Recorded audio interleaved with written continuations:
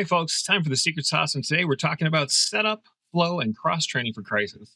We can always find ourselves working with reduced staff, or for smaller shops, maybe even working entirely on our own. So it makes it incredibly important that we always maintain efficiency in our processes.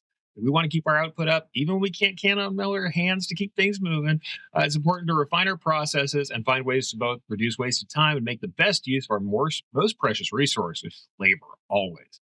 By looking at our setup, evaluating our assets, walking through our workflow, we can identify these potential slowdowns and prepare our shops to be the most productive they can be, even when we have to do more with less. So the concept is we want to prepare to produce. Whenever I examine an existing workflow in an embroidery shop or help somebody work out some problems on their floor, it's only infrequently that the act of embroidering itself is causing the slowdowns of the production process. Almost invariably, the most wasted time comes from kind of improper preparation or a lack of preparation altogether. Uh, the first one that I like to hammer on quite a bit is informational flow. I know in the shops I worked in, this was always the biggest loss. That chief failure was almost always managing information. In the case that your shop has separate sales or customer service staff and production staff kind of working apart, it's an unfathomably large loss of time can come from that incomplete or missing information and assets in the production department coming out of that sales channel. So look at your information workflow and make certain that every job is entering the production floor and has all of its information needed to produce said job attached directly to it, somehow properly referenced to the blanks in a central information system of some kind. There are lots of different types, especially now. But unless there's some unforeseen issue, there should be very little reason for the production staffer to be ringing up sales or the managerial staff to ask about thread colors or logo placement or size, logo, personalization verification, or any type of information. If a machine operator has to call or visit sales staff to handle an order, you are losing a tremendous amount of time. And in the same vein, all information needed to prepare an order should be handled with the process of interviewing the customer, save for the art approval process. After that, having to consistently contact customers with questions outside the supply chain issues or other mishaps that you can't foresee really should be seen as a problem. You have to examine your interview and quoting process to make sure you're not doing that. Flow is best when it keeps running in one direction with a little reversion as possible. And with central information systems are in place, job management systems, and now that we have full on digital production setups with things like barcode scanning and information and inventory tracking, it's even easier to make this work of information flow and be able to improve that and make that central and accessible to everybody who needs information. The next thing is kind of physical flow. I always talk about staging your stacks, the same way you look at that informational workflow, you should be looking at the physical workflow that keeps that same kind of efficiency. Not only should your information be complete and essentially accessible, each production machine on your floor should have the material needs for each job prepared for production. I like to stage blank goods and materials in a queue near each machine where we're doing large orders. Certainly for smaller orders where we're doing things like pulling out of bins, that can be slightly different. But still, the concept is that everything should be ready for production and we should never be going back to intake. Stage blank goods or materials in a queue by the machines in the order of production at the beginning of each work shift. That is a fantastic way to do it if you have large custom orders. But the thing is, operators should never be searching through shelves or manually tracking down garments when it's time to produce. Jobs should be staged in this physical queue so that as one job is completed, the next is at hand ready to run in these sorts of setups. Moreover, as much as possible within the requirements of delivering on time, each job requiring a special setup should also be grouped. So in the embroidery world, it often shapes up like this. If your machine's got to be converted back and forth between caps and flats, queue the cap jobs back to back to reduce the amount of time switching over the setup. Or should you have two machines and a sufficient amount of throughput, have one machine for caps, one machine for flats, and keep those chains separate and running. If you have several jobs with low numbers of colors, you can also thread your machine once for multiple jobs until all needles are threaded, only switching needle assignments as the jobs progress through the production queue. The concept is to sort jobs in such a way that tasks can be chunked. This sort of staging can also be done within a run. If you have individually personalized garments, separate the personalization into stitch files based on size and color combinations and stack your garments accordingly.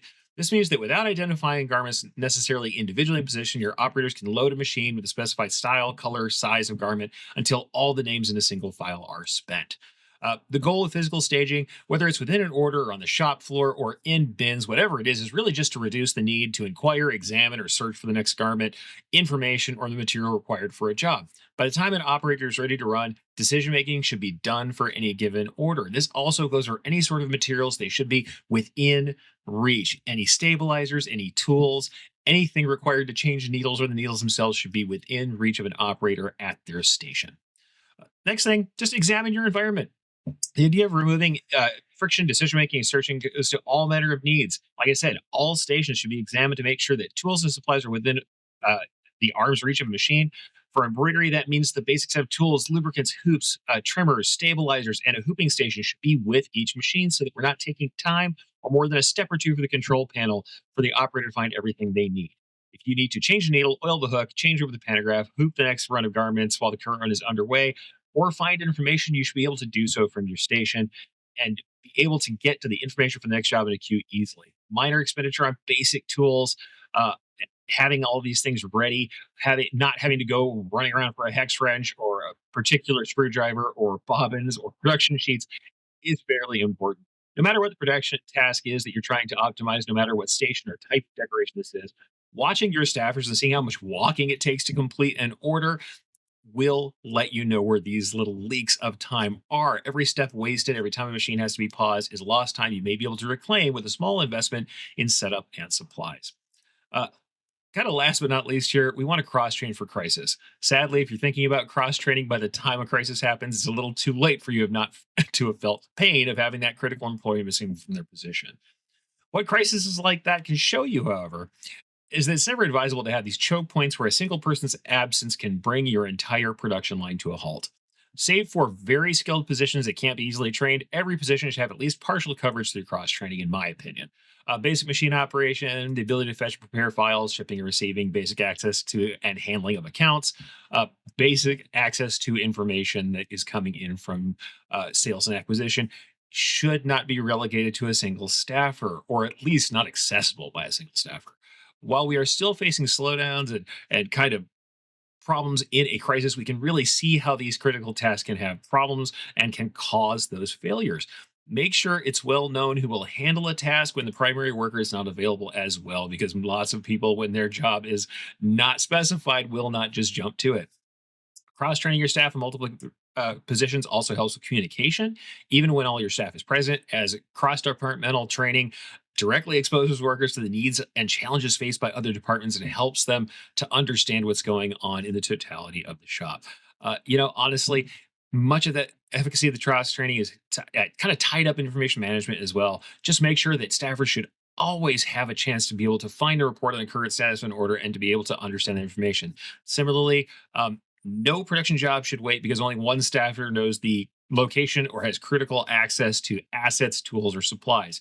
Just as universal access to information allows any staffer to answer customer inquiries, having universal access to assets and to blanks and tools means that your staff is never stuck when they need to make progress with an order.